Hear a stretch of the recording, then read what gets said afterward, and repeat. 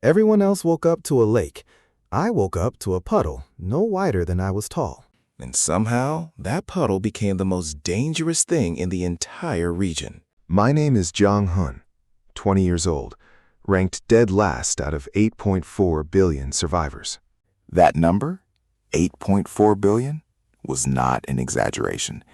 It was every human being alive moved at once. One morning, I was on a train, counting how many days my paycheck had left in it. Then the train was gone, the city was gone, and I was standing in grass that ran to the edge of the sky. The silence hit first. Every sound I had spent my whole life hearing without noticing stopped. Wind through grass. Grass in every direction. Nothing else. A voice with no warmth in it spoke to all of us at once, all 8.4 billion, and told us what had happened. We had been moved to a place the system called Grassland World, a survival migration. Each person received one water source and one life. The water source was the entire game. Food, drinking water, tools, shelter, trade, all of it came from whatever the system had dropped at your feet. Along with the water came ranking lists, regional and global chat channels, and a market. And one warning before the system went quiet: the starter pack would not last, the night would not wait, and not everything that took the hook would be a fish. Each of us was given 1,000 acres, so wide I could not see where mine ended in any direction. The nearest survivor was somewhere past the horizon, too far to walk to, too far to see. For the first days, the only place any of us existed to each other was the chat, and the chat was already loud. People were posting images of what they had found at the center of their land. Lakes. Wide, clean, enormous lakes. Fish breaking the surface, boats tied at shore, nets folded and waiting. One lake ran to the horizon. I walked to the center of mine and found a puddle. Brown, no wider than I was tall, a skin of mud on top and a sour, stagnant smell coming off it. When I crouched and looked into it, I saw exactly what I had to work with. A few mudworms turning in the silt. Shrimp smaller than my smallest fingernail. No fish. The ranking system counted every survivor from best source to worst and put a number beside each name. Next to my name, rank 8.4 billion. Dead last, out of everyone alive. The regional chat found me about 10 seconds later. I will spare you what they called me. Most of them used the word puddle. At least one came with a drawing. I looked at the number once. Then I put it down. The rank was a fact. Staring at a fact does not change it, and it does not catch fish. The lake owners could spend the first day bragging in chat. I had a more pressing problem. The sun was already past noon, and the system had been clear that the night would not wait. So I stopped reading chat, knelt in the dirt, and looked at what I had been given. The starter pack was the same for everyone, whether the system handed you a sea or a hole in the ground. 2 pieces of bread, 2 bottles of fresh water, 3 lumps of gray bait, 1 rod from the gotcha. The gotcha had hated me. The line was thin enough to snap if I looked at it wrong. The hook came out of the wrapper already bent. The point twisted off so it would skate across a fish's mouth instead of setting. Counting was the one skill I had carried over from the old world. 3 years of stretching a paycheck across a month, skipping lunch so the rent cleared, learning down to the coin what I could spend and what I had to keep. Out here, a bottle of water was a day of life I would have to pay for, and I did not have many. The bent hook I could fix. I snapped a thorn off dead grass behind the puddle and worked the point straight, slow, so the cheap metal did not shear off in my hand. When the barb sat true, I pinched 1/3 of 1 bait lump onto it. 1/3, not the whole thing. A man who burns his whole supply on the first cast deserves whatever the day does to him after. Somewhere past the horizon, the chat was full of people hauling in their first fish, calling out catch counts, comparing hauls. I muted most of it, dropped my cricket hook into the brown water, and waited. The line twitched. I pulled, and a mud shrimp came up. Gray, ugly, the size of my thumb. worthless on any market. I had my hand half open to throw it back when a pane of pale blue light opened in the air beside my face. A voice colder than the welcome read one line into the quiet. Deep hook system awakened. I went still. People had spent the last hour posting their unlocks in chat. Not one of them had sounded like this. The light kept writing. Water source identified. Classification, baby depth spring. Then a second line, smaller, beneath the first. A depth spring does not grow wider, it grows deeper. Every catch pulled from it deepens the source. The deeper the source, the rarer what answers the hook. In every channel, 8 billion people were measuring their luck by how much water they had been handed to look at. The system had just told me, where nobody else could hear, that the size on the surface was the part that did not matter. The lakes were wide and shallow. Wide and shallow runs out. Mine grew the other direction. Down. And down was where it was keeping everything worth having. A third box opened. Talent unlocked. Catch forecast. The water blurred, and for half a breath, I saw 3 shapes laid over it that were not there. A cluster of mud shrimp near the top. Easy. Worth almost nothing. A bitter oil fish a little lower. More food, more work to land. And deeper, coiled where the brown went black, something long with a low hum coming off it and a warning I felt in my teeth before I understood it. The forecast showed me the next few things I could pull up and roughly what each would cost me to land. It did not choose for me. That was the whole point. Every cast was a decision now instead of a gamble. I started with the oil fish because I was not going to reach for the most dangerous thing in the water before I could stand. It fought sour and slow and came up bitter. Too bitter to enjoy, but it was food, and the oil inside it was material I could sell. I cleaned it on a flat stone, set the meat aside, kept the oil. I caught 2 more shrimp after that. On the second one, I felt the puddle change beneath me. A small drop somewhere below the surface, the floor of it going down a finger's width. Earned, not given. The system meant exactly what it said. Every catch took the spring a little deeper, and sitting there with a dead shrimp in my hand, I understood something the 8 billion people in chat did not. They had been handed the whole size of their luck on the first day. The entire lake spread out in front of them to spend down. I had been handed a hole that paid me back a little more every time I risked something for it. One of those runs dry, the other one does not, as long as you keep going down. By the time the sun moved off noon, the lake market channel was open and loud. Most of it was lake owners dumping fish in bulk, the price of common trout already sliding as 10,000 people tried to sell the same thing. I did not have fish to sell. I had ugly material, which turned out to be the one corner of the market nobody with a lake had bothered to learn. I sold the oil fish skin, the sack of oil, and a handful of shell scraps to a crafter who needed grease for a lamp. The coins were almost nothing. I turned them straight around for a bundle of dry grass and a length of rough rope. Because grass and rope were what a shelter was made of, and I would rather hold the makings of a wall than coins I could not eat. Then I baited the hook and went down after the thing with the hum.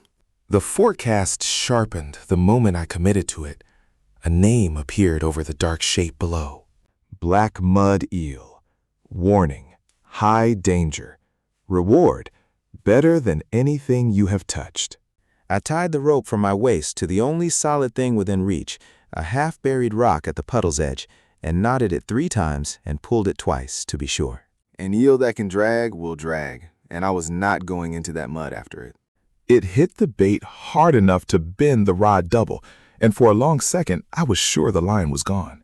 The thin line sang and held by some miracle the gotcha did not deserve. I gave ground when it pulled, took it back when it tired. The rope at my waist held me back from the water, and the eel came up thrashing, longer than my arm, black, slick, far stronger than a thing that size had any right to be. It threw a loop of itself over my wrist and bit down, and the pain ran white all the way to my elbow. I had never been in a fight in my life. I had ducked one drunk on a train platform once and called it a close call. So I did not try to wrestle it. The eel was better at being an eel than I would ever be at fighting one. What I had was the rock and a reed I had sharpened to a point while the oilfish cooked. I let the eel pull toward the stone, let it think it was getting free, and in the half-second its head pinned against the rock, I got my weight over it and drove the reed in behind its skull. It shuddered once and went still. My hand was bleeding through 3 fingers and would not stop shaking. I sat back in the mud and breathed until it did, because there was nobody coming across 1,000 acres to do it for me. The lute opened over the body, one line at a time. Eel meat, a small monster core, a fragment of depth stone, a pouch of eel oil, strips of tough hide. The core was the prize. When I closed my hand around it, the system asked whether I wanted to feed it to the source. And I did. The puddle dropped open beneath the surface. Not wider, deeper. A real step this time. The black at the bottom going blacker. The hide I wrapped around my bitten hand and tied off with a strip of itself. The pressure slowed the bleeding to nothing. That was the first thing the grassland taught me, and it taught me through the hand. Danger was not a thing to run from out here. Danger was inventory. The shrimp were free and worthless. The thing that bit me had paid for a day of food, a step of depth, and the wrap keeping my hand from going bad. Every cast after that, I would be choosing which danger I could afford. The forecast had been showing me something under the eel the whole time, lower, with hard, square edges no fish has. I cast for it, and the system named it before it broke the surface. Wooden blueprint chest, guarded. The guard was a chest crab, pale and hard-shelled, the size of 2 fists, planted on the lid. I did not have a weapon worth the name. What I had was the reed, the rope, and the knowledge that a crab thinks with its claws and nothing above them. I dangled a scrap of eel meat off to one side. When both claws snapped shut on it, I flipped the crab onto its back with the reed and held it there until it went still. A little crab meat, the shell, and the chest. A blueprint rolled tight and glowing faint. Small tent. And with that, I learned the next rule of this world. The only way I learn anything, by needing it. You could not just build out here. Wanting a tent did nothing. The system would not let my hands put together a real shelter without the blueprint and the right materials. The small tent wanted grass bundles, fish skin rope, and wood stakes. The dry grass I had bought, the rope I had, the stakes I cut and sharpened from the dead stalks behind the puddle. I fed it all in and watched the tent take shape in front of me. Low, ugly, and mine. The first thing in this whole world with walls. The sky was bruising toward evening by the time I tied the last corner down, and the cold was already coming up out of the ground. The system had warned all of us in the welcome. The first night would come for anyone without shelter, fire, and clean water. I had a shelter now, 2 bottles of water, an eel's worth of meat. What I did not have was fire. So I was 2/3 of the way to surviving my first night. For a man ranked dead last out of every human alive, that was further than the chat would have bet on me. I sat in the mouth of the tent as the light went orange and took stock the way I always did when a month was running short. 2 bottles of clean water, a whole puddle of brown I could not drink, eel meat, bread I was saving, a rod, a reed, a rope, a pile of shell. Not much, but I had walked into the old world at the end of every month with thinner margins than this and made it to the next paycheck. And the only thing that had really changed was that the rent out here got paid in nights survived. I could count nights. Then the scammer found me, because the worst people in any new world go to work faster than the good ones. He came in through the market channel.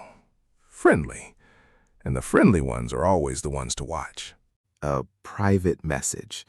My name spelled right. A little too much warmth packed into it. He had seen I was new.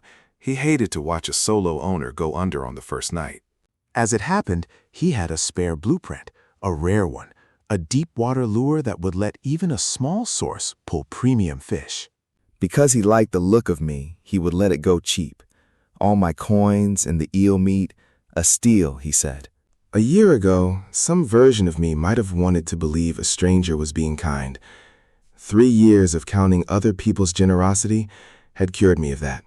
Generosity with a price on it is not generosity. It is a sale. And the harder a man works to make you feel chosen, the tighter you should hold what is yours. So I asked him to list the blueprint on the open market instead of selling it privately, just to keep it clean. He had a reason that was not a reason. Then I asked for its trade record, because every item in this world carried one, a chain of where it had been and what it really was. The system would show that chain to any buyer who knew to ask. He had a reason for that too. Softer this time. Then his voice went hard. When the soft did not work, he went loud. He took the whole thing to the regional chat and turned the story inside out so fast it would have impressed me if it had not been aimed at my throat. Now I was the problem, a dead last puddle owner hoarding his catch while better people struggled. Too proud and too selfish to share with a region that was, in his telling, counting on me. He was good at it. The chat began to turn, a few voices agreeing, asking who rank 8 billion thought he was. I pulled the trade record on his blueprint myself and posted it where the noise was loudest. The system does not lie about where a thing came from. The record showed his rare deep-water lure for exactly what it was, a common starter blueprint he had copied and dressed up. Its real origin stamped at the bottom of the chain, the forged value sitting on a worthless base for anyone to read. I did not add a word to it. I did not need to. I let the record sit under a speech about generosity, and the same crowd that had been ready to shame me read the proof and turned on him instead. Because a crowd will always rather laugh at a caught liar than look at itself. He went quiet. Then he went offline. And a while later, the system noted with no feeling in it at all that his source had been claimed by someone else while he was busy. I did not feel good about that exactly. A claimed source on the first day meant a person somewhere in the grass with nothing left and a cold night coming. But he had tried to take my food by convincing a whole region I was the thief, and I had spent too many years being the one who paid for other people's stories to lose sleep over a man who picked the wrong target. He had spent the first day of a survival migration running a con instead of fishing. The night came for him early. I came out of the whole thing richer than I went in, and not only in coins. 2 strangers who had watched it happen sent me messages, not to mock me, but to trade. Real offers from people who had decided the puddle boy could at least read a contract. One of them was about to matter more than either of us knew. Her handle on the market channel was plain, no boast anywhere in it, which was its own kind of signal in a place where everyone was inflating themselves by the hour. Quan Sohi. She did not open with sympathy. She opened with a correction. My bait was wrong, she said. Not bad luck, wrong. I was dropping gray starter paste into a depth spring and wondering why only the cheapest things came up to meet it. She knew bait, the whole of it. What grass worm and shrimp smell and fish oil did when you ground them together in the right amounts. What each mix called up out of the water and what it left down there. She was not offering charity. She wanted clean materials in return, and she stayed wary through the whole exchange, careful in a way that told me someone had already tried to cheat her once that day. I could have haggled. I did not, because she was right. And a person who leads with the truth when a lie would have sold better is worth more than the few coins haggling would save. I sent her shell scraps and a measure of eel oil, and I sent fair weight, a little more than the recipe was strictly worth. Because the cheapest thing a man can buy is someone's willingness to trade with him twice. She sent back a recipe for a paste that smelled faintly and horribly of wounded mud shrimp, the kind of smell that makes a bigger thing think it has found an easy meal. I mixed it, baited the crooked hook, and cast where the forecast showed a hard square edge sitting just under the water the eel had come from. The bait worked on the first pool, exactly as she had said it would. The line went heavy with intent. Another chest came up out of the dark, this one bound in a knot of crab legs with a blueprint folded inside it. And the moment it broke the surface, the cold arrived. Not the slow cold of evening.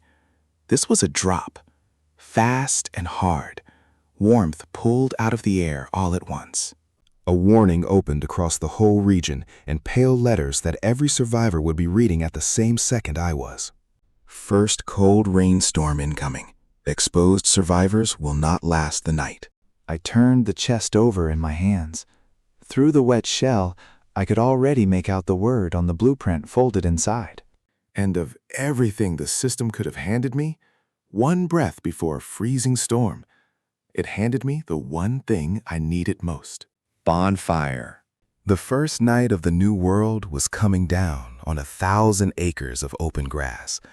And for the first time since I read the number next to my name, I was almost ready for it. The chest was still guarded. A second crab, bigger, angrier than the first, clutched the lock with both claws. I killed it with the same method that had worked the first time, because I was not about to throw out a working method just to feel brave and lose fingers proving it.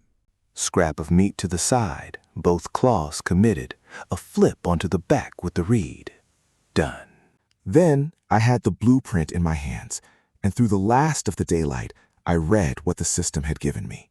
Bonfire, dry grass, stones, fish oil, a spark stone. I had been saving dry grass since the first hour. I had eel oil in a pouch, stones at the puddle's rim, and the spark stone buried at the bottom of the starter kit. I built the fire fast with the rain already starting to spit, and I fed it the eel oil to make it catch in the wet. The first warmth of the new world hit me at the same moment the first hard rain did. I sat in the mouth of my ugly tent with a fire in front of me and let myself believe for about 10 seconds that I might live through the night. Then I got back to work, because 10 seconds is all that kind of feeling is worth. The rain came down exactly as the system had promised, hard, cold, and steady. Through the chat, I could hear it doing worse than that to people who had spent the first day bragging instead of building. A wide, clean lake is a beautiful thing, right up until a freezing rain is falling on it, and you have no walls, no fire, and a long, open shore for the cold to come at you from every side. The bragging in the channels stopped within the hour. What replaced it was people understanding, all at once and far too late, that a water source is not a house. I had a house, more or less. The tent held, the fire held, banked low under the tent cloth where the rain could not drown it. And the rain itself, which was killing people out on the open plots, I turned into the one thing my puddle could not give me. I strung spare tent cloth to catch the runoff and funneled it down into my empty bottles and into the cracked pot I traded for, because clean water falling from the sky for free was not something I was going to let run off into the mud. By the time the worst of the night had passed, I had more clean water than I had started the day with, and I had not drunk a mouthful of the brown. I did not sleep much. I had no business sleeping on the first night of a world that had already told me it meant to kill me. The rain found every gap it could. Twice the wind drove it under the overhang and nearly took the fire. Twice I shielded the flame with my own body and tent cloth and coaxed it back, because letting it die meant starting the whole fight over with wet hands in a colder world. The loud voices in the channels thinned one after another, a few asking the open chat for help that nobody out on the open grass was in any position to give. I did not answer. There was nothing I could send across 1,000 acres in a freezing rain. And if I burned myself out trying to save people I could not reach, I would only add my own name to the list of the lost. So I fed the fire. I watched the water climb at the puddle's edge, and I counted what I had against what the morning was going to ask of me. By the time the worst of it passed, I was still cold, still tired, and still alive, which was 3 more things than a lot of people with bigger water could say. The market told me what the storm was worth before it was even over. Fire was the whole game now. Every channel full of people who would have laughed at a bonfire blueprint the day before, now offering real value for any way to get warm. I had the blueprint. I did not sell many copies. I was not about to flood the market with the only thing keeping me special. I had already watched the price of common fish fall through the floor because 8 billion people had the same thing to sell. I was not going to do that to Fire. I sold a few copies at a high price, then stopped. I sold the rest of it in pieces instead. Fire starting packets, a measure of eel oil that would make wet grass catch. Plain advice on how to keep a flame alive in a downpour, which most of them needed more than any blueprint. And I took goods for it, not coins, because in the middle of a storm, a cracked pot is worth more than a pocket of currency you cannot spend until the rain stops. By the time the sky started to gray, I had turned a single fire into a real pile of things I had not owned the day before. A sack of charcoal, the cracked pot, a leaking bucket I could patch, a bundle of weed fiber, shells. Every piece of it a tool, or the start of one. All of it bought with warmth I could make again tomorrow for nothing. One trade stuck with me. A lake owner 3 plots over, soaked and shaking so hard it came through in his messages, broke in and half-spelled, offered me a whole crate of fresh fish for a single fire packet. A day earlier, that crate would have been a fortune. That night it was nothing, because everyone had fish and the price had already drowned. I did not take the crate. I took his spare bucket and a coil of good rope instead. Things I could actually use. I sent him the packet and told him plainly how to bank a fire so the rain could not reach it. He lived. He thanked me 2 days later after he had stopped shaking. I marked him down as someone who had paid fair and remembered a kindness. Out here, that is worth keeping track of. I was still ranked dead last. The list had not moved a single place, but I had started the storm with a tent and an eel, and ended it with the makings of a workshop.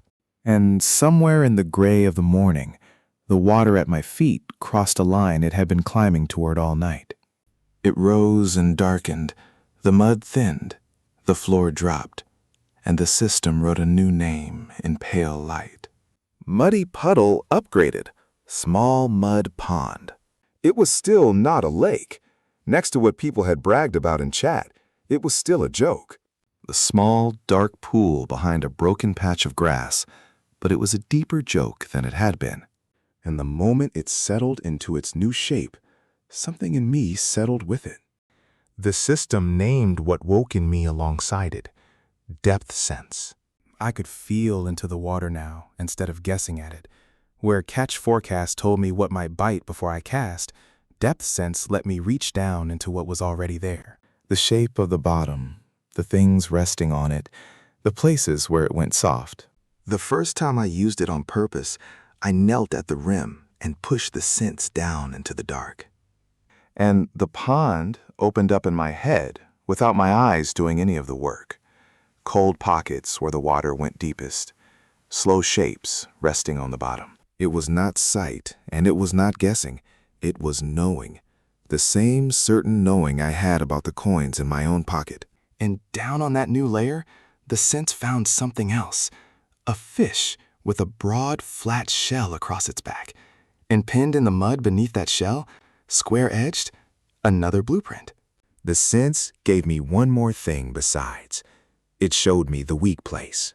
Not the armored back, the soft seam underneath where the shell met the body. The one spot a spear could go in. I did not rush it.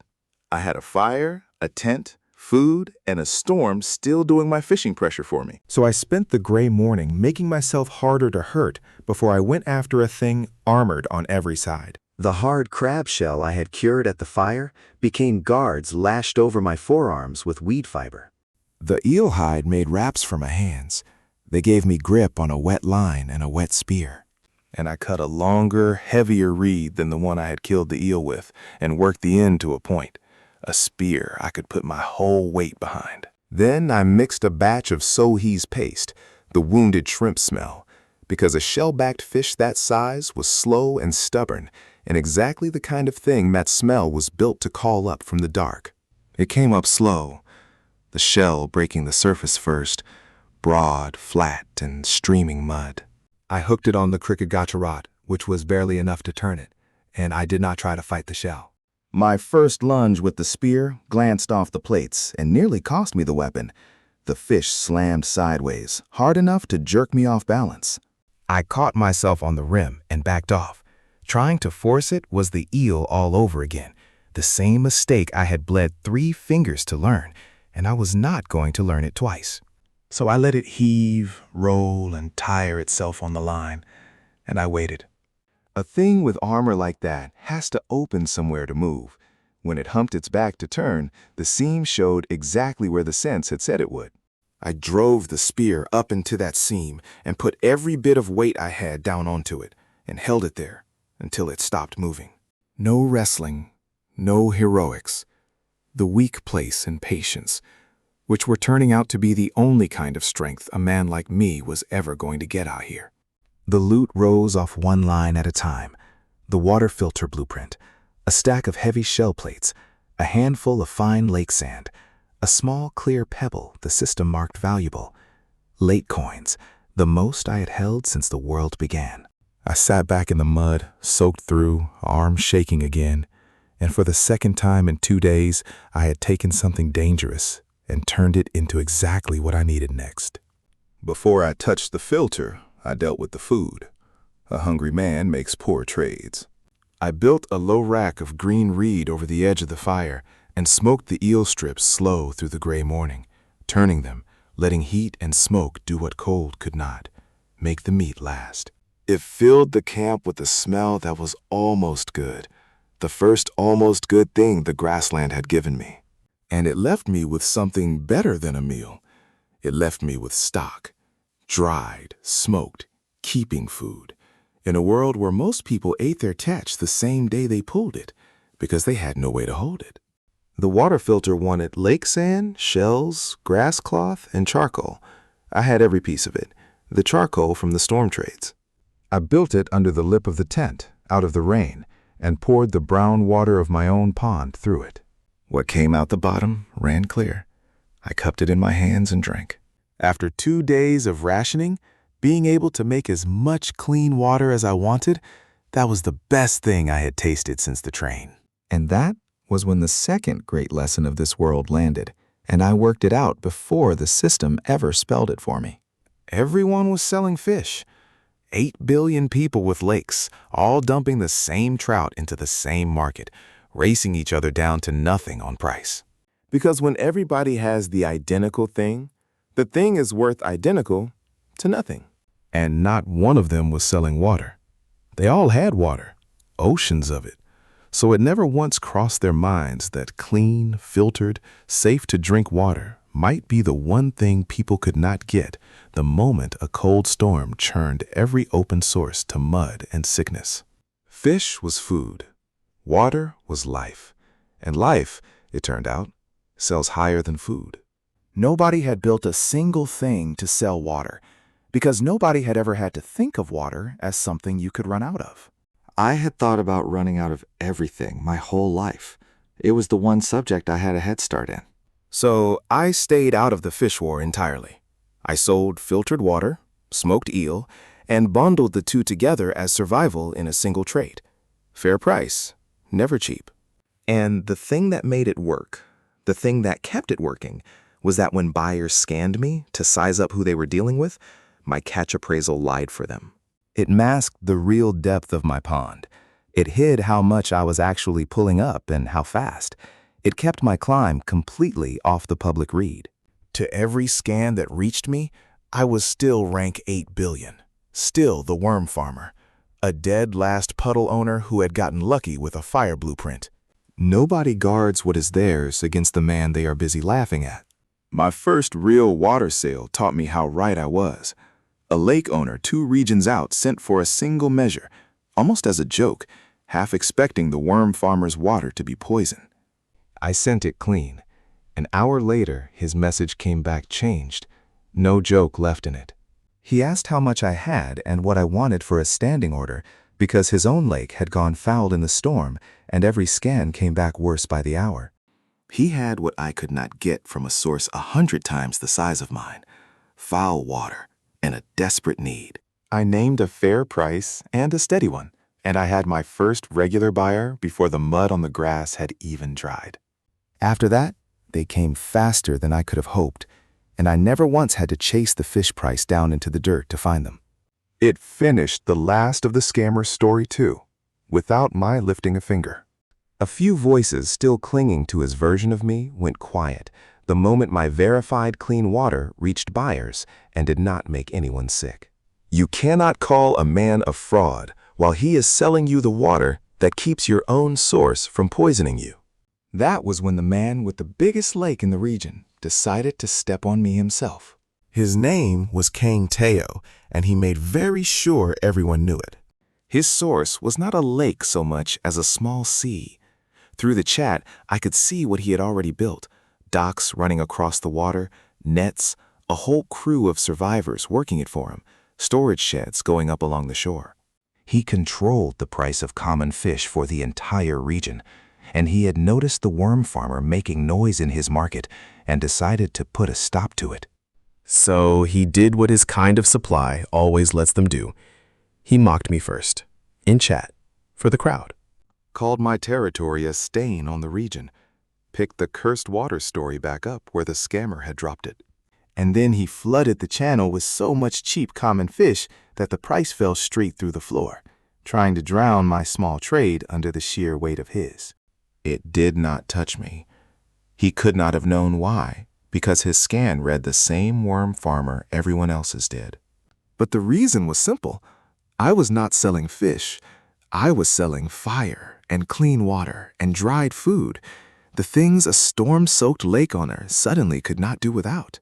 And you cannot crash the price of a thing by flooding the market with a completely different thing. He worked that out a few hours too late. His crew went quiet in the trade records as the day wore on. I filed his name away beside the eel and the storm, another danger with a cost and a payout attached. I did not know the size of it yet. But he had built his whole power on being the biggest, and he was not going to take it well when the biggest stopped being enough. So he reached me through the market that same morning, reading my catches and working out what my pond was growing into faster than I had said a word about it.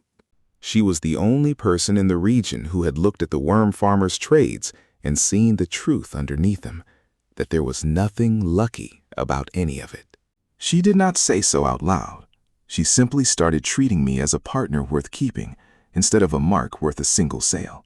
I sent her clean materials and fair weight in return, and a thing that had begun as one cautious trade settled into something steadier.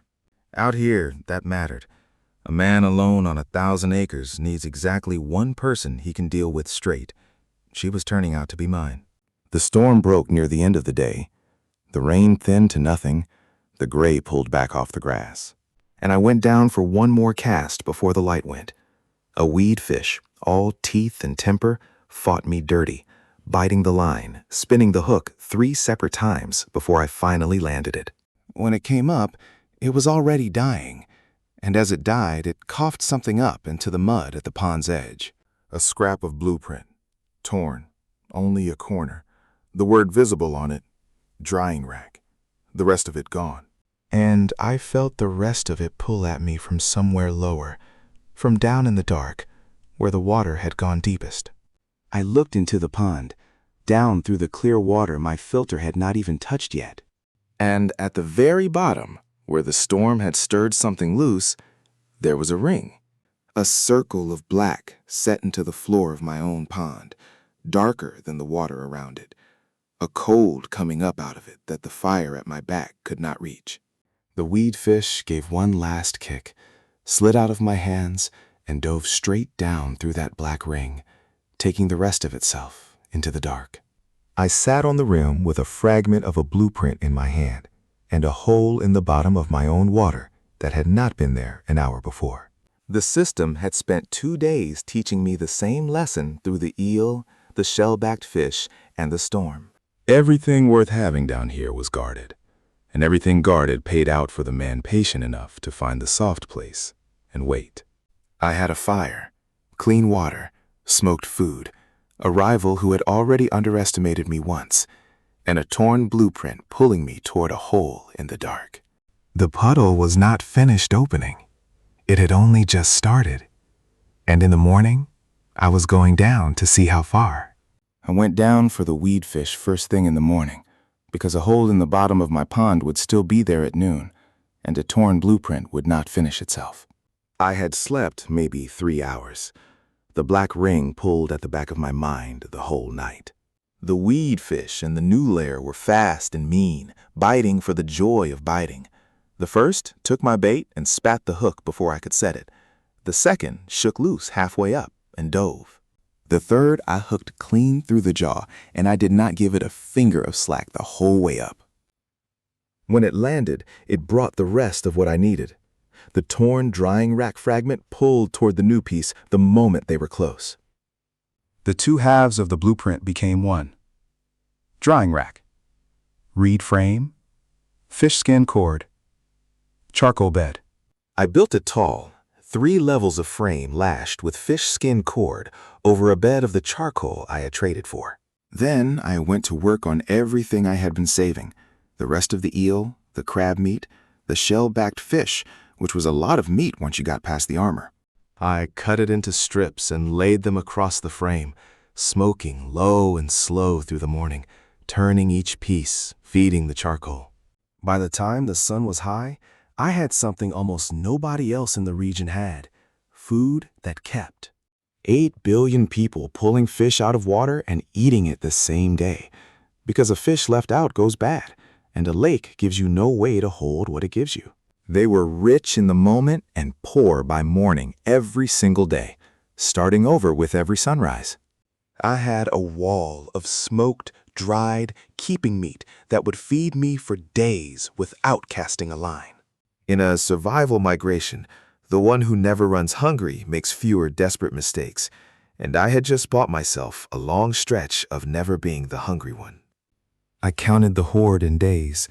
So many strips of eel, so many of crab, so many of the shell-backed fish. Against them, so many days I could go without touching the water. That number, days of food in hand, was the first real cushion I had owned since the train. With a cushion behind me, I could make different choices than I had ever made one bad day from nothing.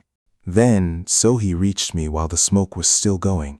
She had a recipe she thought I would want. Grasshopper bait, dryland bait, ground grasshopper and grass oil, not for the shallow, ugly things I had been pulling, but for the faster, smarter fish in deeper, cleaner water. She had worked out what my pond was becoming before I told her a thing about it, just from reading my trades. And she was right again. She kept being right about water she had never seen. She wanted clean water in return, a standing measure, and she wanted something I had not expected: shelter. Her own plot caught the rain badly, she said plainly. No shame in it. The cold storms were costing us. She wanted to know how I had kept a fire alive through the worst night the grassland had thrown at us, and she wanted the design of a tent that would not drown. I sent her the water, more than the recipe was worth, because I had decided 2 days ago that she was the one person out here I would deal with straight. And then I sent her the rest for free. How to bank a fire under an overhang, how to string cloth to catch the runoff, the tent design, the real one, the same shelter that had kept me alive. She had been straight with me since her first message, when a crooked word would have made her more. A person like that does not get charged for shelter by me.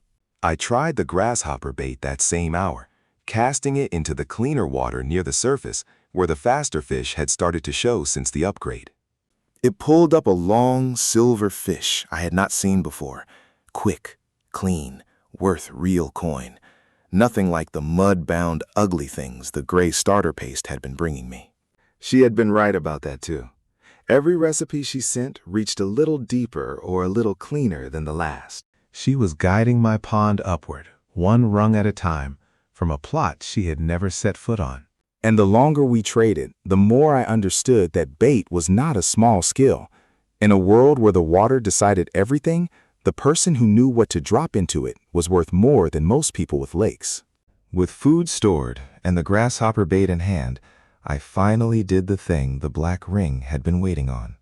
I had been holding all my coins because I had a feeling the pond was close to another step, and I wanted to push it over on my own terms instead of waiting for the slow drip of catches to do it. The system had taught me how upgrades worked by now. You could let a source climb on its own, one catch at a time, or you could feed it coins and the right materials all at once and make the jump happen when you chose. I ground the depth stone fragments into powder, gathered the shells and fish oil, counted out the coins, and fed the whole lot into the pond together. The water answered. It pulled down and cleared, the last of the mud thinning out until I could see straight to the bottom.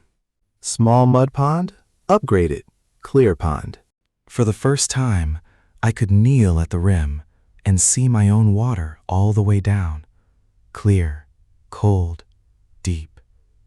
The brown sour puddle of the first day, gone entirely. The chat still had me dead last, but I knew what I was looking at. Not a small pond, a deep one, getting deeper, with a hole at the bottom, waiting to be earned. And the black ring at the bottom changed with the upgrade.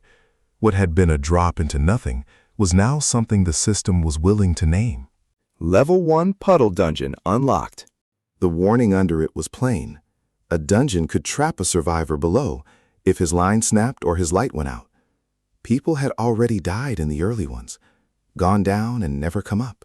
I was not going to be one of them, but I was also not going to leave a stocked dungeon under my own pond unopened. So I went in carefully.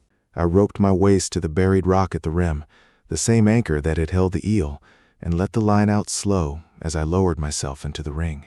I took a sealed flame and a fresh skin of lamp oil because the dungeon had no light of its own. If my light died down there, I would not be coming back up to complain about it. Shell guards up both arms, reed spear across my back, Sohi's grasshopper bait, and the crooked rod, which I was about to be very glad to replace. I counted my line out as I went, so I would know to the arm's length how far I had to climb to reach the sun again. The drop went further than I expected. The light of my own pond shrank to a pale coin above me as I lowered myself. The water turned from the clean cold of the clear pond to something older and heavier the deeper I went, pressing in, tasting of mud, stone, age.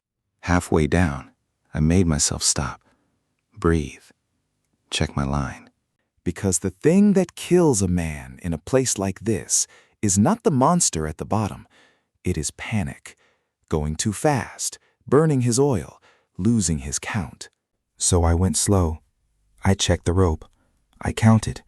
And when my feet finally found something solid, I stood still in the dark, with my hand on the line, and let myself be sure of the way back before I cared about the way forward. The first layer of the dungeon was a drowned room of mud and root, walls of packed dark earth, threaded through with roots that gave off a faint cold light of their own, enough to see by once my eyes adjusted. Pale, steady, wrong somehow, because roots do not glow. These did. Blind fish came at me first, pale, eyeless, hunting by the push of the water alone. Not strong, but many. I kept my back to a wall, kept my movement small, and let the shell guards take the ones I could not avoid while I worked deeper. They could not see me. They could only feel me. And moving slow and steady, I gave a blind hunter very little to feel. It was slow, ugly work, and it was the kind of work I was built for. No crowd to play to down here, no chat to convince, nobody to mock or be mocked by. Just the cold, the pale glow of roots, and me picking my careful path through the dark. I had never felt less afraid of being last. Down here, last did not exist. There was only what you could reach and what you could carry back up. The mud traps were worse because they did not announce themselves. Stretches of floor that looked solid and were not. Soft, sucking pits that would have taken my leg to the hip. Depth sense earned its place down there. I could feel the soft floor before my foot found it, the same certain knowing that had shown me the seam in the shell-backed fish. I picked my way across the firm ground between the pits with the sense reaching ahead of every step. And then there were the chest shrimp. I felt them before I saw them, a cluster of small, fast shapes carrying something heavier than themselves. When the root light caught them, I understood what they were. Shrimp the size of my hand, each one clutching a little lock, scuttling along the base of the far wall toward a crack they meant to vanish into. The system marked one, the lead one, whose load read heaviest. Chest shrimp, loot carriers. They do not fight, they run. And if they reach their crack, they are gone with whatever they are carrying, and you have lost it. I did not have time to be careful with that one. The marked shrimp broke for the crack the instant my light reached it. Fast, faster than the spear would ever be. And the only thing in my kit quick enough was the one tool I had been cursing for 2 days. I cast the crooked rod, threw the hook out ahead of the shrimp instead of at it, and let it scuttle straight onto the barb. The bent point that had failed me on 100 easy fish caught one panicking shrimp at exactly the right angle, and I hauled it in before it knew it was hooked. It came up, still clutching its prize, and I took both. Past the chest shrimp, set into the far wall where the roots grew thickest, was a door. Not a crack, not a gap, a door. Wood, banded with iron, a lock set into it, a frame built square around it. Standing at the bottom of a hole under my own pond in a world that was 20-some days old. I put my hand on it, and it was real, solid, made, and the cold that came off it had nothing to do with the water. Roots had grown over and through it, holding it shut. The lock at its center wanted a key I did not have. But the thing the let chest shrimp had been clutching when I pulled it up, that was a piece of one. Root, door, key, fragment. I did not open the door then. My line was long out. My light had burned past half. And only a fool spends his last oil on a locked door at the bottom of a dungeon when he can climb back to the sun. So I cleared what loot the first layer still held, and I climbed, counting my line back arm by arm, until root light gave way to the light of my own pond. I pulled myself out onto the rim and breathed open air. The dungeon paid out once I was up. A basic fishing rod blueprint, a mud brick recipe, 12 lake coins, more than I had carried since the world began, a whole depth stone, and the key fragment sitting cold in my pack. I built the basic rod before I did anything else, and throwing the crooked gotcha rod onto the scrap pile was one of the better moments I had out there. For 2 days, that bent, twisted, miserable starter rod had nearly lost me 3 fights. It had only redeemed itself by accident on a fleeing shrimp. The basic rod was nothing special by any real standard. To me, after that rod, it was a king's tool. A straight hook that set when I told it to. A line that would not snap if I breathed near it. I cast it once into the clear pond just to feel it work. And it worked. The mud brick recipe was the other quiet prize. I had been patching a fence of soft mud posts that washed half away every time it rained. Mud bricks fired hard at the bonfire were a wall that lasted. I started making them that afternoon, a stack at a time. Because I had a feeling the day was coming when the difference between a soft fence and a hard wall would be the difference between keeping my pond and losing it. By dusk, I had a low course of fired brick laid along the weakest stretch of the fence, hard and solid where the soft mud had been. Standing back to look at it, I could see the shape of what I was building for the first time. Not a campsite anymore, a holding. Walls, fire, clean water, stored food, a rod that worked, and a dungeon beneath it all. Every piece paid for by patience. But I would have missed the next thing entirely if counting were not the one skill I have always been good at.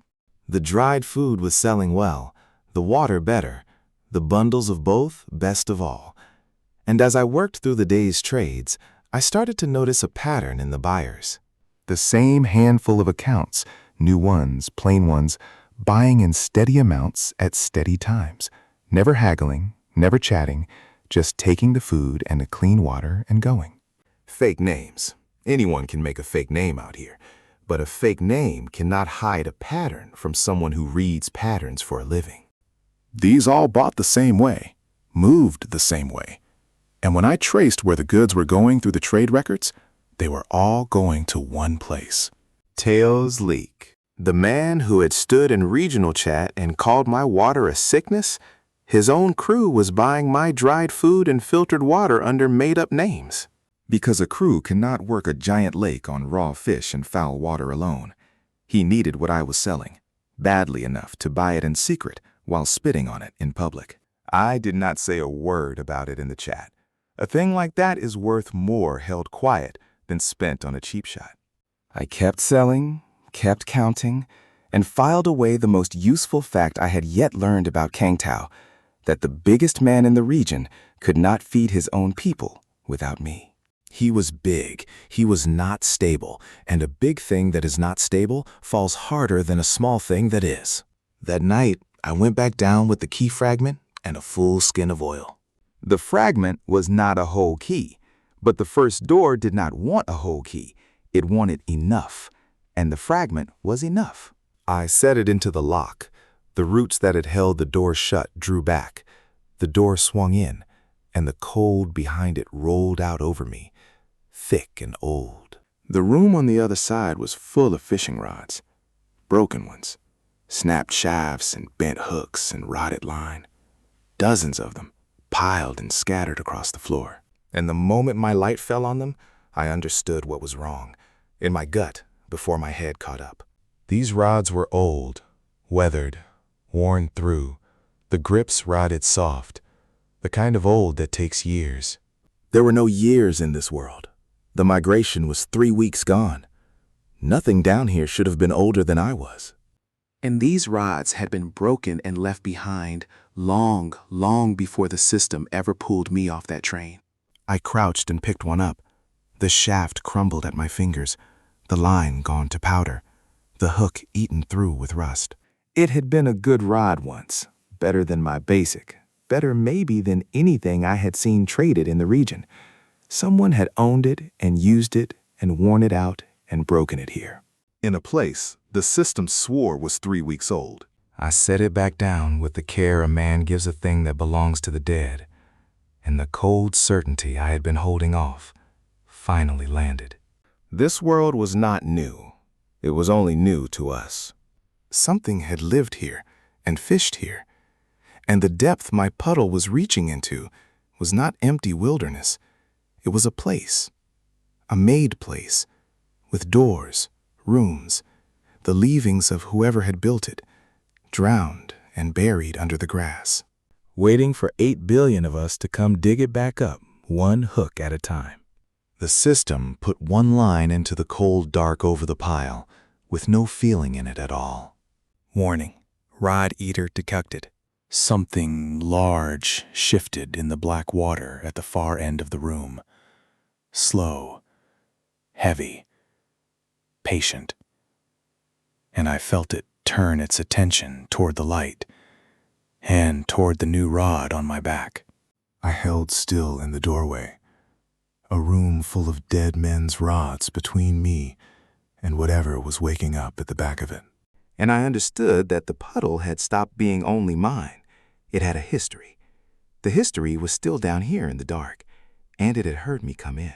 I backed out of that doorway slow. I did not turn my back on the dark until the root door was shut between me and whatever was waking up inside it. The thing at the back of that room was called a rod eater, and I had exactly one rod worth the name. Going into a room with a monster that ate rods, carrying my only good one in the dark, half ready, that was not courage. That was how I ended up a name in the chat nobody heard from again. So I climbed back to the surface, banked the fire, slipped what little I could, and in the morning I got ready to do it right. A rod eater eats rods. That was the whole problem. And once I said it plainly to myself, it was also the whole answer. If the thing wanted to bite metal, I would give it metal to bite. Just not my basic rod. I spent the morning building a decoy, a fake rod lashed together from a stripped reed and the bent ruin of my old gotcha hook, with a few scraps of metal-smelling paste worked from shell powder and spoiled oil. Shell guards up both arms, a wedge of fired mud brick I carried down in pieces and built into a choke at the narrow mouth of the rod room, a hard corner I could drive the thing against, where it could not turn. I want to be clear that I was not calm about it. A thing that ate metal in the dark had been waiting behind a door under my pond since before the world I knew ended, and I was about to walk into its room on purpose. But fear is just information, and the information was useful. It told me to bring a decoy. It told me to build the wedge. It told me to keep my real rod on my back and out of reach until the last possible moment. If I had felt no fear down there, it would have meant I had not understood where I was standing. I understood it fine. I just did not let it make my choices for me. I went in with the decoy in one hand and the basic rod slung safe across my back, and I let the rod eater smell the bait I wanted it to find. It came up out of the black water at the far end, fast for something that big, all jaw and old hunger. It took the decoy exactly as I had hoped. Its mouth closed on the fake rod and crushed it, the reed and the old hook folding in teeth that would have done the same to my basic in half a breath. And for one moment, it was busy with a meal that was not my livelihood. I drove it toward the brick wedge. It thrashed and tried to turn, and the hard corner would not let it. I got the reed spear into the soft place under its jaw and leaned. It bit down on the spear and nearly took that too. The fight came down to whether the wedge would hold or my arms would give first. It pushed. I have never felt anything push like that. A slow, grinding weight, trying to back off the wedge, turn, and bring all of itself around onto me. All that stood against it was a corner of fired mud and a man who weighed a fraction of what it did. My boots slid in the muck. The brick groaned. I got my shoulder behind the spear and my feet against the only solid stone I could find. And I stopped thinking about winning and started thinking only about not letting go. Because the moment I let go was the moment it turned, and the moment it turned, I was finished. The wedge held. My arms nearly did not. It was the eel again, and the shell-backed fish again, and every fight I had been in out here.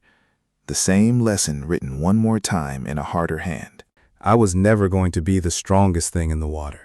I was only ever going to win by making the water small, by taking away the room a stronger thing needed to use its strength, then outlasting it in the corner I had built. I pinned the rod eater against the brick until it stopped fighting the spear, then a while longer to be sure. When it finally went still, I sat down in the cold dark with my back against the wedge and let my hands shake themselves out. The rod eater paid out like nothing I had killed before. Its teeth came off long, curved, harder than any stone I had worked with. A set of spear tips a season ahead of anything I had made. A bundle of reinforced lineweed, a monster fish core, the biggest yet, and 3 blueprints rolled tight and glowing. A pond fence blueprint, a grip glove blueprint, a recipe for rod repair oil. I built all 3 the moment I was back in the sun, because I was not about to let good blueprints sit in my pack while I rested. The repair oil came first. Eel fat and ground shell powder rubbed along the basic rod where the near misses had scored it. The small damage closed, and the rod came back to true. That oil was its own kind of freedom. A rod had become something I could hold through a bad fight and bring back after. The grip gloves went on next, fishskin and shell-stitched into a glove that held a wet line without slipping. After 2 days of losing my grip at the worst moments, they were a second pair of hands. And the pond fence I built up out of the mud bricks I had already been stacking, a real wall now, with rod-eater teeth worked into the top of it, pointing out. I took stock that evening, and the count had changed past recognizing. 6 days ago, I had owned a bent hook, 3 lumps of bait, and a hole full of mud. Now I had a repaired rod I could keep repairing, gloves that held, armor coming together, a wall with teeth, a dungeon that paid, and food enough to skip a week of fishing if I had to. None of it had come from luck. Every single piece had come from taking one dangerous thing at a time and refusing to die to it, then turning what it dropped into the next piece. That was the whole method. It was the only method I had, and it was working. I did not know yet how soon the fence would be tested. The grassland was about to tell me. It came the first night the fence was up, because my water had gotten too good.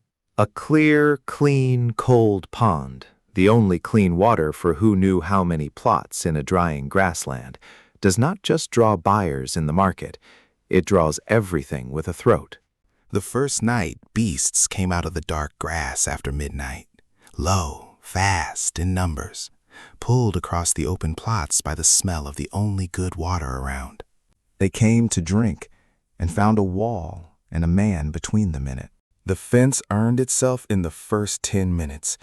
The beasts were stronger than me, one for one, claws, weight, a hunger that did not care what I wanted. But the wall took their charge, and the rod-eater teeth along the top turned them, and it funneled them to the one gap I had left, the narrow place where I stood with the spear. A wall does the same thing for a weak man that a dungeon corner does. It takes away the room. It makes the fight happen where I choose it. One beast at a time in a gap barely wide enough for one, instead of all of them on me at once in the open, where their numbers would have ended me in a breath. I held the gap. The grip gloves held my spear. When blood made everything slick, the shell guards turned the claws I could not dodge. They kept coming in waves, a lull and then another rush, the smell of the water pulling fresh ones out of the dark long after the first pack should have given up. I lost count of how many times I set my feet in that gap. My arms went past tired into something that just kept moving on its own. Twice, a beast got a paw over the wall, and I had to leave the gap to put it down before it dropped inside. Both times, I got back to the gap a half-second before the next one came through. And a half-second was all the room there was between holding the pawn and losing it. By the gray of the morning, the beasts still alive had given up and gone looking for an easier throat to cut. And the ones that had not given up were not going anywhere ever again. They paid for the night, too. Claw bones, hard and useful. A pile of tough hide better than anything I had worked with. I cured the hide at the fire and stitched it into a vest. Fish skin and beast hide layered over the chest, heavier shell plates set into the forearms. When I put it on, I was wearing real armor for the first time since the world began. And somewhere in the middle of all of it, the system moved a number it had not moved for me before. Survival rank, rising. Not the source rank, that when the appraisal still held a dead last. Still selling the worm farmer's story to every scan that reached me. Exactly as I wanted it to. But survival rank was a different measure. The system's count of how likely a given survivor was to still be breathing in a week. Mine had spent the whole migration scraping the bottom. Now it climbed, and it climbed hard. I was not surviving anymore. I was dug in. Kang Teao noticed. His first move came as a formal offer through the market, system stamped, real coin behind it. More coin than a puddle owner ranked dead last had any business being offered. He wanted to purchase my water source. He framed it as a kindness, a fair price for a stain on the region he would be glad to take off his hands. I refused the offer without a word of explanation, because nobody puts real coin on the table for a thing he believes is worthless. The size of his offer told me more about what my puddle was worth than any scan ever had. He knew, maybe not all of it, but he knew enough to want it. And a thing a man like Teao wants that badly is a thing I am going to hold with both hands. He did not take the refusal well. When coin did not work, he went back to the only other tool he had, his mouth, and the size of the crowd that listened to it. The cursed water story came back louder this time and organized, his crew echoing it across the channels in unison. The puddle water was poison. The worm farmer was selling sickness to desperate people.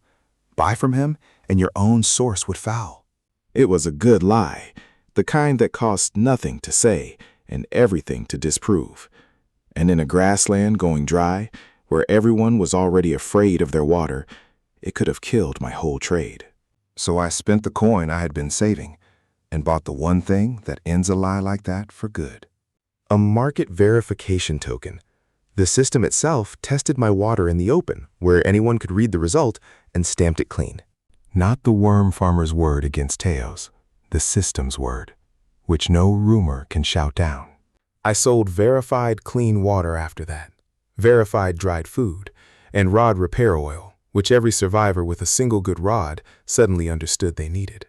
All of it stamped true by the only authority in this world that does not lie. The cursed water story did not just fail. It made the people who had repeated it look like fools. And it made me the one honest seller in a market full of noise. Teao had paid for that result himself. The best part, the part I did not say out loud, was that his whole power was the crowd, the size of the voice he could put behind a story. And I had just shown the whole region that the system stamp beats the biggest voice in the channel every time. He could outshout me, he could not outtruth me. She came out of the grass 2 mornings later, the first living person I had stood in front of since the train.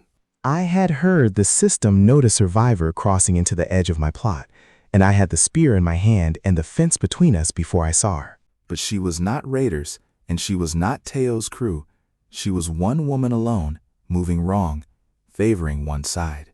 When she got close enough to read, I could see she was hurt. A deep, ugly wound along the ribs that someone had given her on purpose. She stopped at the edge of my fence and did not ask for anything. She just looked at the wall, the fire, the clear water, the dried food on the rack, with the flat, assessing eyes of someone who had been measuring water sources for a living. It is a strange thing, standing in front of another person after weeks of voices on a screen. Then she swayed on her feet and caught herself on a fence post, and the moment passed, because a person about to fall down is a problem with an obvious answer. I am good at obvious asses. Her name was Oola. She had come from Teo's lake. I gave her clean water and dried eel, and a place by the fire to sit before she fell down. I did not ask her for a thing until she had drunk, eaten, and stopped looking like she might die on my grass. Not because I am soft, because a person is not a fish, and the difference between me and Teao was going to have to be something, and I had decided early it was not going to be that I treated people like inventory. She watched me decide it. She did not miss much, and she did not miss that. I did not push her. I have been the wary one in enough rooms to know you do not earn a careful person's trust by demanding it. You earn it by being over and over exactly as safe as you looked in the first minute, until they stop waiting for the catch. So I let her watch. I fed the fire, checked my lines, and let her see that the man behind the fence was just a man behind a fence. Slowly, the worst of the tension went out of her shoulders. When she was ready, she paid me back in the only thing she had, which was worth more than anything in my packs. Information. She had read water for Teao, scouted sources, mapped the region's wells, until she saw what he meant to do with the map and refused. Refusing had earned her the wound along her ribs. The grassland was going dry. A long, hot wind was coming. The system had been warning of it beneath everyone's notice. The small sources would fail first, and Teao meant to use it. He was not going to wait for the weak owners to die. He was going to drain them, buy their debts and their fear and their water out from under them, one dying source at a time. He had started with the smallest. He would work his way up. And a clear, clean, deep pond that he had already tried to buy and failed to buy was exactly the kind of source a man like that puts near the top of his list. She was not done. When she had told me the worst of it, she got up, against my saying she should rest, and went to the rim of my pond. And something in her face changed. Her talent was not fishing, it was water itself, the movement of it, where it came from, where it went. My depth sense told me what lived in my water. Her sense told her what the water was doing. And my pond was telling her something it had never thought to tell me, because I had been looking at what was in the water, and she was looking at the water itself. She knelt and put her hand near the surface, going still, tracking a current I could not feel, following it down into one side, to a place along the buried edge of the pond where the water moved when it had no natural reason to. She told me to dig there, and I did. A hand's depth down in the cold mud, my fingers closed on something that was not stone and was not root. It was a pipe, clay, fired, fitted, a length of made pipe buried in the floor of my own pond, feeding water in from somewhere deeper and further down. Water does not flow through clay pipe by accident. Pipe is laid. Pipe is built by hands, with intention. And here it was under my puddle, the same impossible age as the broken rods behind the root door. One more piece of proof of the thing I had been refusing to say plainly since the rod room. Oola crouched beside me and looked at the pipe for a long time. When she finally spoke, it was quiet, and not really to me. She said she had read 100 sources for Teao and felt this same wrong current under a few of the deepest ones and been told to stop asking. She had thought it was a flaw in her own sense. It was not. It was this buried pipe in the deep sources all through the region. And a man with the biggest lake who had felt it too and decided the answer was to drain everyone else's before they worked out what they were sitting on. Somebody built this place. The water, the depth, the wells the whole region was drinking from, none of it was wild. All of it was made and drowned and buried under the grass. And the system had dropped 8 billion of us on top of it with hooks in our hands. I was beginning to think the fishing was the whole point. The dry wind came early, and it came for everyone at once. The system put the notice up across every channel 2 mornings after Oola dug the pipe out of my pond floor. A long, hot wind out of nowhere, with no rain behind it. Within a day, I could feel it pulling the moisture out of the air, the ground, and the open water out on the plots. The weak sources started to shrink. Shallow ponds dropped a hand's width, then another.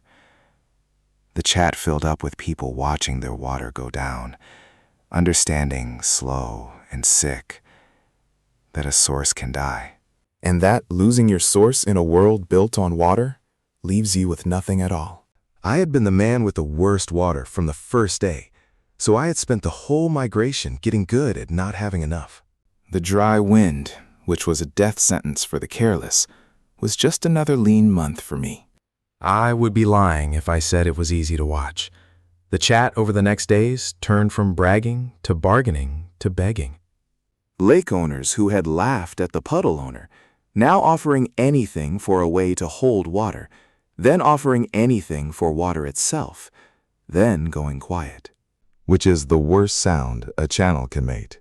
I cut my water sails hard, down to a trickle, because a pond losing water to a hot wind cannot also lose water to a buyer. The coins hurt to give up. Going thirsty later would hurt more. A source you sell dry in a drought is a source you do not have when the drought gets worse. Then I went after every drop I could add instead of spend. Beetles in the dry grass at the edge of my plot. Fat, slow water beetles that carried little sacs of moisture in their bodies against exactly this kind of dry.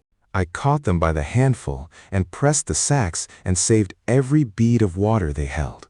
Teao saw the dry wind coming too, and being Teao, he saw it as a chance to squeeze. He used his coin and his crew to corner the market on the materials small owners needed to survive. The wood for fire, the charcoal for filtering and smoking, the jars for storing water. He bought it all out and held it, so that the weak owners watching their ponds shrink could not buy the means to fight back. It did not work on me. The reason it did not work was the reason none of his moves had worked. I was not buying from the market he controlled. I had spent 2 weeks learning to make my own. I did not need his wood because I had mud brick. His charcoal meant nothing to me because I had fish oil, shell powder, and a filter built for my own catches. Teao had cornered a market I had stopped shopping in a long time ago. The dry wind taught the whole region a lesson my puddle had been trying to teach me since the first day. Depth beats width. Every single time. A wide lake has more water, and it also has more surface for a hot wind to drink from. The shallow sources were dying first because shallow is all surface and no deep. My pond was the opposite. Small on top, deep underneath, and getting deeper with the pipe feeding it from somewhere lower still. So while the lakes around the region shrank at the edges and the shallow ponds vanished, I forced the next upgrade. I poured in everything I had been saving against this exact moment. The coins, the depth stone, the cores, the ground shell. Clear pond upgraded. Deep fishing hole. The water dropped, tightened, went cold and still. The dry wind lost its grip on it, because you cannot evaporate what you cannot reach, and the surface of a deep hole is small, and the depth is enormous. While the region's water died in the wind, mine settled in and got safer. I had turned the worst source in the migration into one of the only ones a drought could not kill. The chat still had me dead last, and I was starting to enjoy that. It is a strange satisfaction, being the only well in a desert, while the people who mock you watch their oceans turn to mud. But the upgrade opened more than a deeper, safer pond. Monster catch mode available. My water had graduated. There were monsters in it now, boss-class things, the kind of catch that paid out a fortune and could kill a careless man in a breath. And the first one announced itself before my gear was anywhere near ready. The forecast showed me what was coming. A grass jaw catfish, enormous, deep, the biggest living thing my pond had ever held. But the thing it guarded, the forecast could not fully read. A locked shape, a silver chest, the system itself seemed unsure of. When the system goes quiet about a thing, the thing is important. And a chest no forecast could read, sitting under a monster catfish, was the loudest quiet I had heard yet. Whatever was in it had been placed there on purpose, the same as the pipe, the same as the door, and the catfish was not going to move. So I made myself ready. I reinforced the basic rod with rod eater materials and spun reinforced lineweed into a cord that could take a real pull. So he sent down a fresh batch of her bait, the paste that smelled of wounded mud shrimp, and pulled the biggest things in the water straight up to it. And Oola, who could barely twist at the ribs but could read water sitting still, set herself at the rim to watch the whole pond at once, the thing I could not do for myself in a fight that size. I baited deep and called the grass jaw up. It came out of the dark slow and enormous. A slab of gray muscle wider than I was tall, with a mouth that could have taken my whole arm, and a tail that moved more water in one sweep than my old puddle had ever held. It hit the bait, the line went tight, and within the first 10 seconds, it had done what the night beasts could not. It smashed my fence. One roll of its body against the rim, and a whole section of fired brick I had bled to build came apart. The line screamed. My shell boot started to slide toward the dark water as the thing tried to drag me in after it. I anchored. I threw the line around the buried rock that had held everything since the eel, and let the stone take the pull instead of my body. My boot stopped sliding at the very edge of the water. For a moment, it was just the two of us pulling against the rock. The catfish rolled, to drown what it was hooked to break what was holding it. Depth sense felt the roll coming through the line before my eyes could track it. I jammed the broken mud bricks from my own smashed fence into the path of the turn.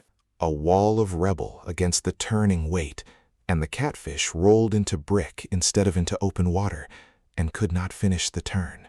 Every roll it spent on my brick was a roll it did not spend killing me, and I let it tire itself stupid against the rubble, while I held the line and waited. The kill was never in the fight.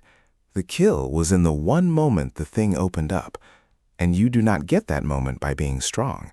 You get it by being patient, while a monster tries to kill you. Oola gave me the moment. She was reading the water the whole time, the pressure of it shifting as the catfish prepared to lunge, and she called it before it happened. The grass jaw surged, its jaw came open, and for half a breath the whole soft inside was exposed, the one place all that gray muscle could not armor. I put the fishbone spear down its open mouth, with every bit of weight the anchor had left me, and I held it there while it thrashed the last of the water out of my broken fence.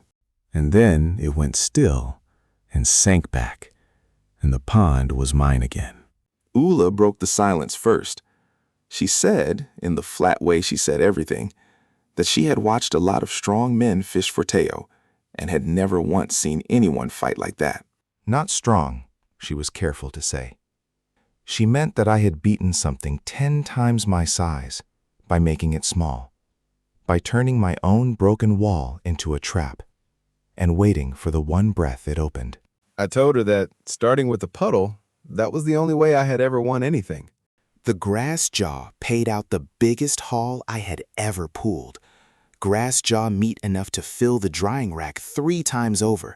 A large monster core, the most concentrated value I had ever held. 30 lake coins. A length of catfish whisker line, finer and stronger than anything I could spin myself. In 2 things that mattered more than all the rest put together.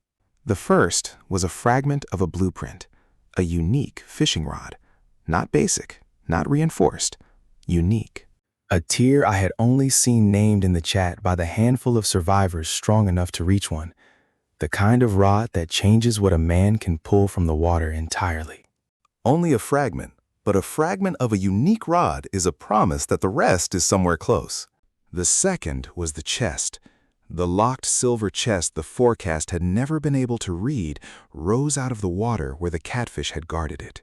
The system told me plainly I could not open it yet. It wanted a price, not coins.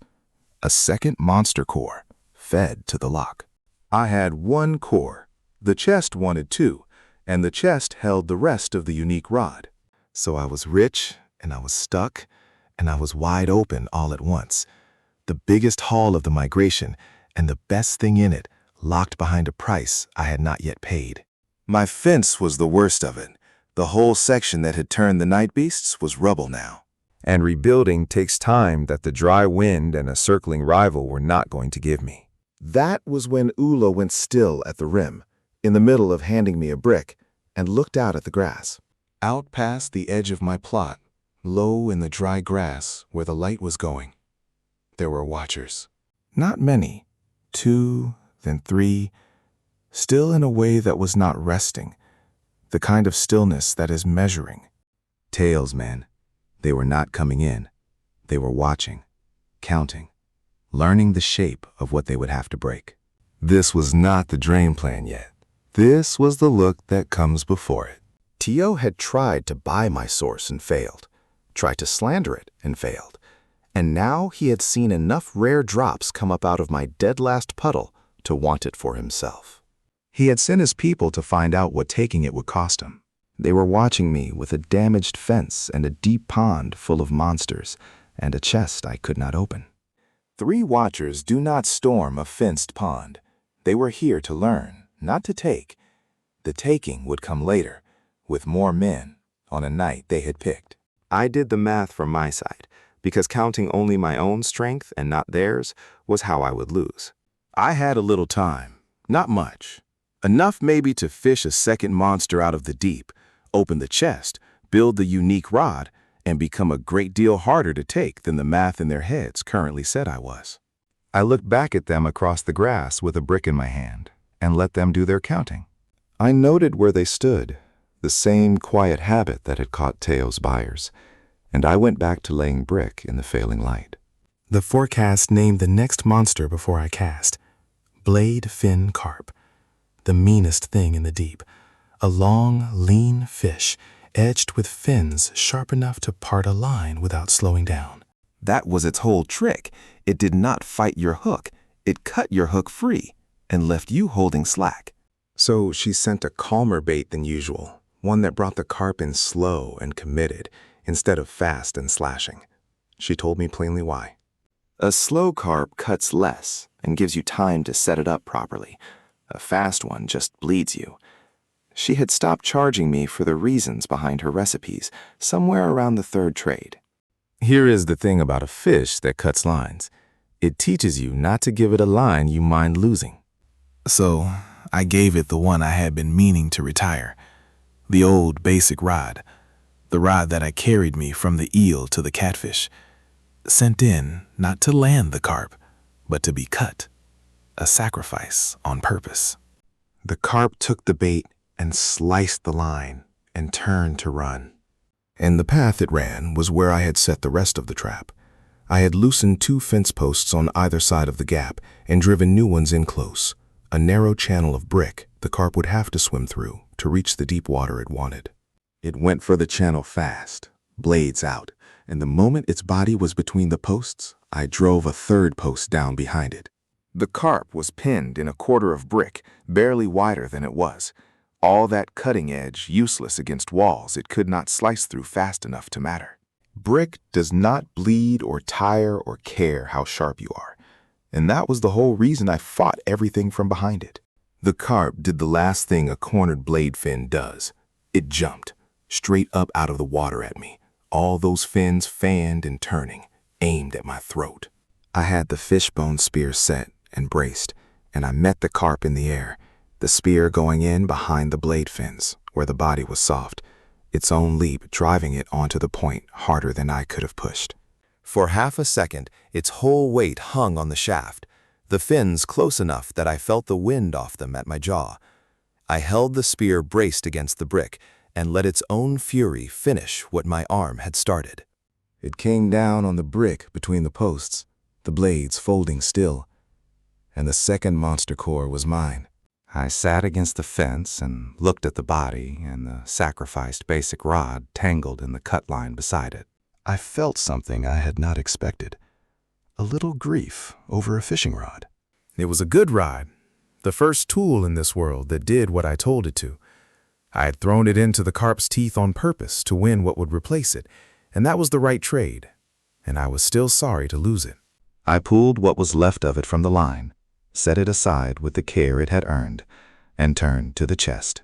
The second core went into the lock, and the silver chest the forecast had never been able to read finally opened. I had been right about what mattered most inside it. A full, unique fishing rod blueprint. The rest of the fragment complete now, glowing in my hands. But it was not alone. A storage box blueprint, a rare lake pearl, armor upgrades for the fishkin vest, and one item set apart from the rest, marked rare, marked dangerous to be seen holding. A puddle expansion token. I built the unique rod first, because of course I did. I had been fishing this whole world on a bent gotcha hook, then a basic rod held together with repair oil. Now I had the real thing in my hands. Light and true, it answered my hand before I finished the thought. The first time I cast it, I felt it reach deeper and cleaner than anything I had owned. The fights ahead were going to be a different kind of fight now. For the first time, I was not bringing the worst gear to them. I repaired and upgraded the vest, built the better storage boxes, and sold the blueprint into a dry wind market that had no good storage. The coins came in steady. And Oola told me what the expansion token was, looking at it with the flat eyes of someone who had seen what people did to each other over far less. It would let me expand my pond, widen it, grow my whole holding in one step, enormous value in one small item. And the moment anyone learned I had it, I would stop being a puddle worth assessing and become a prize worth dying over. I buried the token deep, in a place I marked only in my own head, and I went back to laying the welcome around the gap in my fence, because the watchers had finished their counting. Tonight they were coming to check their answer. They came in the dark, 5 of them, fast and quiet and confident. Men who expected to rob someone weaker than they were and meet no real resistance doing it. They came through the gap in my fence, because the gap was the obvious way, and I had let them believe it was the only way. They moved toward the tent and the decoy box sitting in plain sight at its mouth. They smashed the old filter frame on the way. I let them. I had already written it off. Then the gap stopped being a way in and became the worst place on my whole plot to be standing. Fish oil poured thick across the slope they had to climb. The first two went down hard, slid and could not get their feet under them. Mud pits under a thin crust of dry dirt, one man's leg into the hip. Hook lines strung low across the dark, catching shins and wrists. Shell powder worked into the oil so everything that touched it ground and bit. I did not have to beat 5 men in a fair fight. I gave them a field of my own making, in the dark.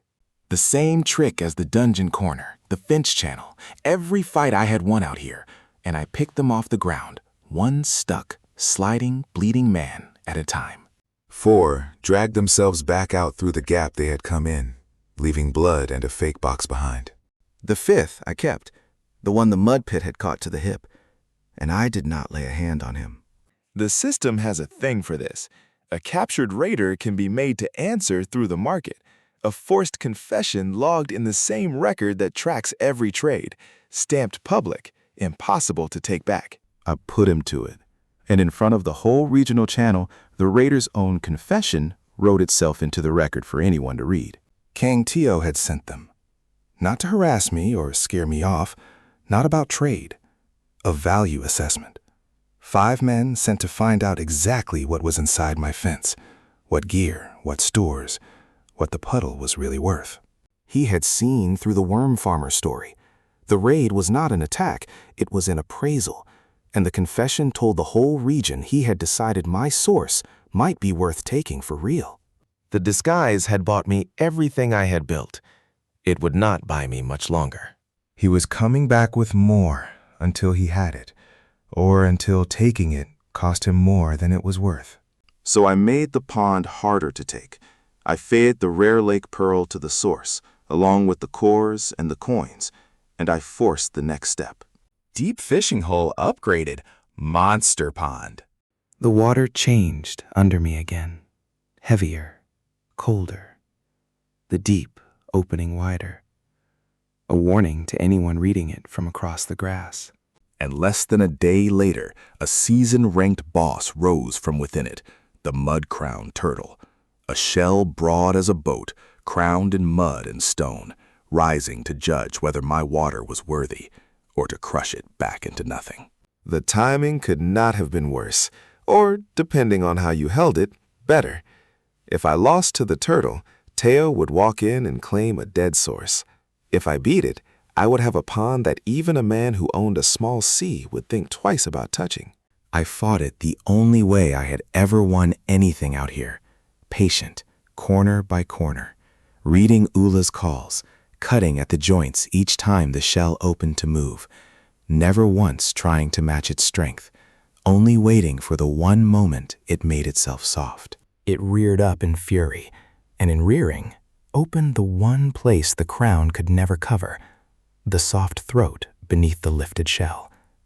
I put the unique rod's hook into that gap with my full weight, and the killing drop became the thing that killed it. The Mudcrown Turtle paid out a gold chest, a season's worth of luck rising out of water that 3 weeks ago had been a sour brown puddle with no fish in it. And with its death, the system wrote the last name I needed to read. Monster Pond upgraded. Chest Pond. Dead last. The worst source in the migration.